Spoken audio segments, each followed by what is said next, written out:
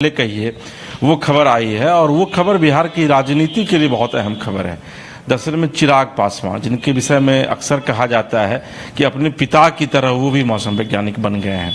उन्होंने अभी थोड़ी देर पहले पटना में एक निजी कार्यक्रम में, एक निजी चैनल के कार्यक्रम में एक बड़ा बयान दिया। उन्होंने यह कहा कि बिहार में आने वाले दिनों में वो विधानसभा का चुनाव लड़ेंगे।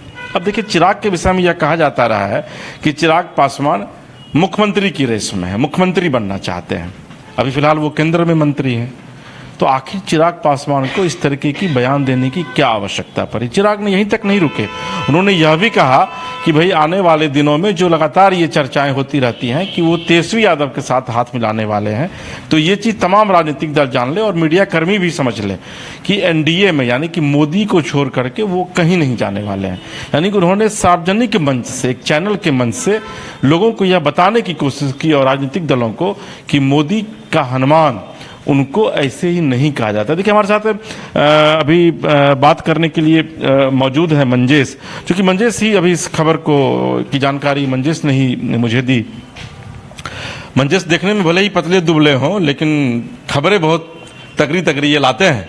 मंजेश, तो बताइए, ये खबर अचानक चिराग पासवान की जो खबर आई, पूरा डिटेल, पूरे डेप्थ में बताइए आप दर्शकों को क्या है। चिराग पासवान आज एक निजी चैनल के कार्यक्रम में थे और उनसे जब बातचीत कर रहे थे वहां के पत्रकार, तो इस दौरान चिराग पासवान ने कहा कि मेरे पिता यानी रामविलास पासवान हमेशा केंद्र की राजनीति करते रहे हैं, लेकिन मेरे राजनीति में आने का मुख्य उद्देश्य ही बिहार की राजनीति है और मेरा एजेंडा मुख्य रूप से बिहार का है। मैं अभी भले केंद्र में मंत्री हूँ, एक सांसद हूँ, लेकिन मैं आने वाले दिनों में बिहार विधानसभा का चुनाव लड़ूंगा। हालांकि चिराग पासवान ने इस दौरान यह भी स्पष्ट किया है कि मैं सिर्फ विधायक बनूंगा, न कि मुख्यमंत्री, यानी कि मेरा उद्देश्य मुख्यमंत्री बनने का नहीं है।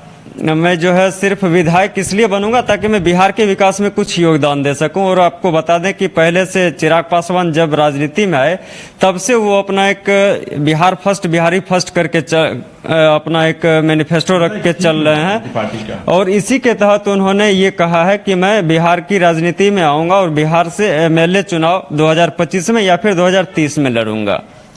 एक आपको लगता नहीं है मंजेश कि चिराग पासवान के विषय में शुरू से यह कहा जाता रहा है और इस बार भी जो 2020 का चुनाव हुआ था उसमें भी अगर चिराग पासवान चुनाव जीतते तो संभवतः उनको डिप्टी सीएम बनाया जा सकता था बीजेपी की तरफ से, क्योंकि बीजेपी के पास कोई एक बड़ा चेहरा नहीं है।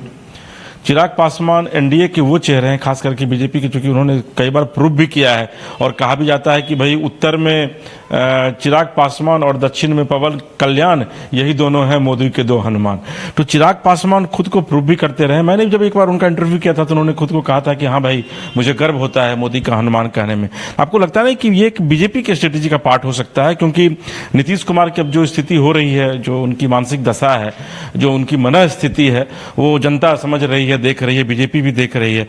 तो एक ब्लैंक है, उस ब्लैंक को फिलअप करने के लिए चिराग पासवान एक बेहतर उम्मीदवार हो सकते हैं और यही वजह है कि उन्होंने इस बात को कहा भी है। और ये बात देखिए, सब लोग कहते हैं, भाई आपकी भी इच्छा होगी मंजिस कि हम भी संपादक की कुर्सी तक पहुंचे। आप भी कहेंगे नहीं भाई, मैं जहां हूं सर, मैं वहां बहुत बेहतर काम कर रहा हूं। तो टॉप तक हर एक लोग पहुंचना चाहता है, भले ही वो ये कह रहे हो कि नहीं भाई मैं विधायक हूं, मैं विधायक ही रहूंगा, लेकिन उनकी भी ये नियत, उनकी भी ये इच्छा है कि पिता मुख्यमंत्री कुर्सी तक नहीं पहुंच सके। और आपको याद होगा कि 2004 में जब चुनाव हुआ था 5 में, तो उस समय चाबी लेकर पासवान जी भाग गए थे इनके पिता और वो कह रहे थे कि भैया मुख्यमंत्री मुझे बना दो। तो उसमें बन नहीं पाए। तो बेटे की जो लालसा होगी कि भाई जो पिता नहीं कर पाए तो पुत्र क्यों न करे। बिल्कुल, महत्वाकांक्षा तो हर किसी में होती है, बस वो उसे एक्सप्रेस नहीं कर पाते हैं। और बिल्कुल जो चिराग पासवान की राजनीति है, अभी आप देखेंगे तो लोकसभा चुनाव से कुछ दिन पहले तक चिराग पासवान एनडीए में रहते हुए मुख्यमंत्री नीतीश कुमार का पुरजोर विरोध करते रहे हैं और खुलेआम विरोध करते रहे नीतीश कुमार का। और अभी जो है चिराग पासवान एक बड़े चेहरे के रूप में जरूर उभर रहे हैं। उनके पास एक भी सांसद नहीं थे। लोकसभा चुनाव में एनडीए ने उनको 5 सीटें दी बिहार से, उनका 100% स्ट्राइक रेट रहा। और इस चीज़ों को देखते हुए बिल्कुल वो भाजपा की रणनीति के तहत जो है एक ब्लैंक सीट, जो जिससे आप ब्लैंक आप कह रहे हैं कि एकदम कहीं नीतीश कुमार के बाद बिहार में कोई चेहरा नहीं दिख रहा है एनडीए के लिए, तो चिराग पासवान आ सकते हैं।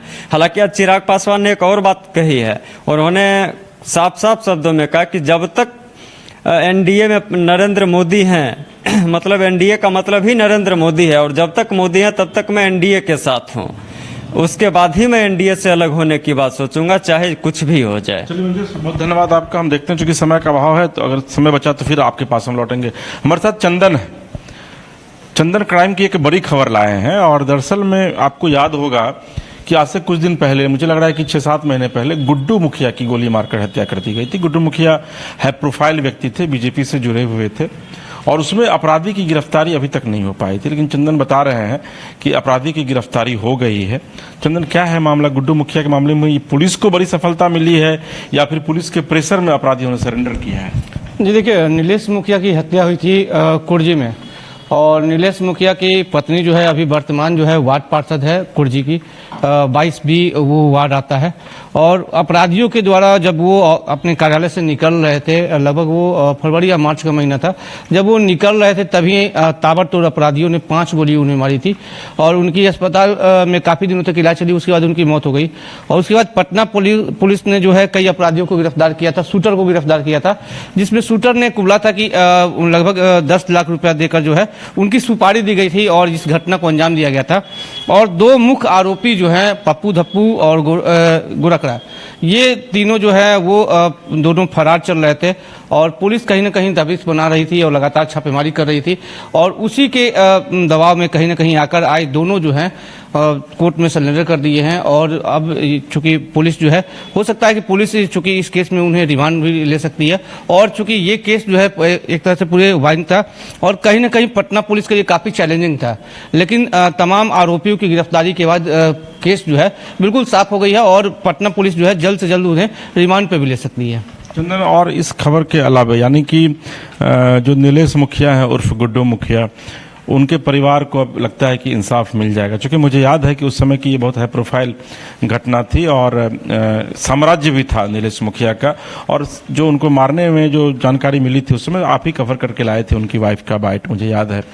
तो उन्होंने बताया था कि शायद उनके चचेरे देवर ही हैं वो लोग जिन लोगों ने उनकी हत्या की थी। जी बिल्कुल, वो लोग एक परिवार में ही लगते हैं, पटीदार लोग हैं।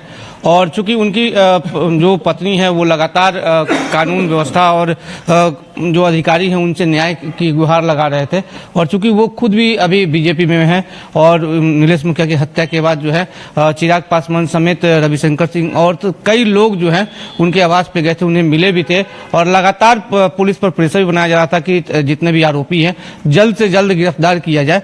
तो आज बिल्कुल दोनों लोगों की सरेंडर के बाद जो है ये केस जो है बिल्कुल हो गया है, और जल्द ही जल्द चूंकि पुलिस यही कोशिश करेगी कि स्पेशल ट्रायल के द्वारा जो है इनको सजा दिलाने का कर। चलिए चंदन, बहुत शुक्रिया आपका कि आपने एक बड़ी खबर से रूबरू कराया। और इसके बाद एक और बड़ी खबर जो आपके लिए जानना जरूरी है वह यह है कि अगर आप आंख की बीमारी से परेशान हैं, और शंकर नेत्रालय जो कि चेन्नई में, वहाँ लोग जाते हैं इलाज कराने के लिए, कहा जाता है कि देश का सबसे बड़ा वो आंख का अस्पताल है, या फिर अगर आपको आंख का इलाज कराना है तो बगल नेपाल के धरान में उसका बहुत अच्छा इलाज होता है, तो आपको इससे निजात मिल जाएगी। क्योंकि आज विधिवत शंकर नेत्रालय के साथ बिहार सरकार ने एक MOU साइन किया है, और अगले 18 महीने में पटना में शंकर नेत्रालय बनकर तैयार हो जाएगा। यानी कि जो लोग राजधानी पटना से या फिर बिहार और कंसर्न जो बिहार के अगल बगल के जिले हैं वहाँ से अगर शंकर नेत्रालय आंखों का इलाज कराने के लिए जाते थे, तो उनके लिए निश्चित तौर पर ये एक राहत भरी और अच्छी खबर है कि अब उनको आंखों का इलाज कराने के लिए चेन्नई नहीं जाना पड़ेगा, बल्कि पटना आना पड़ेगा। और पटना में वो बहुत ही सस्ते में, चूँकि जो जानकारी मुझे थोड़ी देर पहले मंजेश दे रहे थे कि संभवतः उसमें 75% इलाज जो है वो मुफ्त किया जाएगा। तो ये एक बड़ी खबर है और एक बड़ी सौगात है बिहार सरकार की। ऐसे भी एक चीज़ जहाँ समझ लीजिए कि 2025 के नवंबर में बिहार में चुनाव होना है, तो अभी लगभग 11 महीने का वक्त है, और इस 11 महीने में नीतीश कुमार अपना पूरा पिटारा खोल कर रखेंगे कि ज़्यादा से ज़्यादा लाभ जो है वो बिहार की जनता को मिल सके। आपको हमारा ये कार्यक्रम कैसा लगा? आप निश्चित तौर पर यूट्यूब में जाइए, हमारे चैनल न्यूज़ 22 स्कोप स्टेट को सब्सक्राइब कीजिए, लाइक कीजिए, शेयर कीजिए, कमेंट जरूर कीजिएगा, क्योंकि आपका कमेंट जो है वो हमारे लिए बहुत ही महत्वपूर्ण है। उससे हमें एक प्रेरणा मिलती है, एक इंस्पिरेशन मिलती है, और हमको लगता है कि कहाँ मैं गलत कर रहा हूँ, कहाँ और बेहतर करने की आवश्यकता है।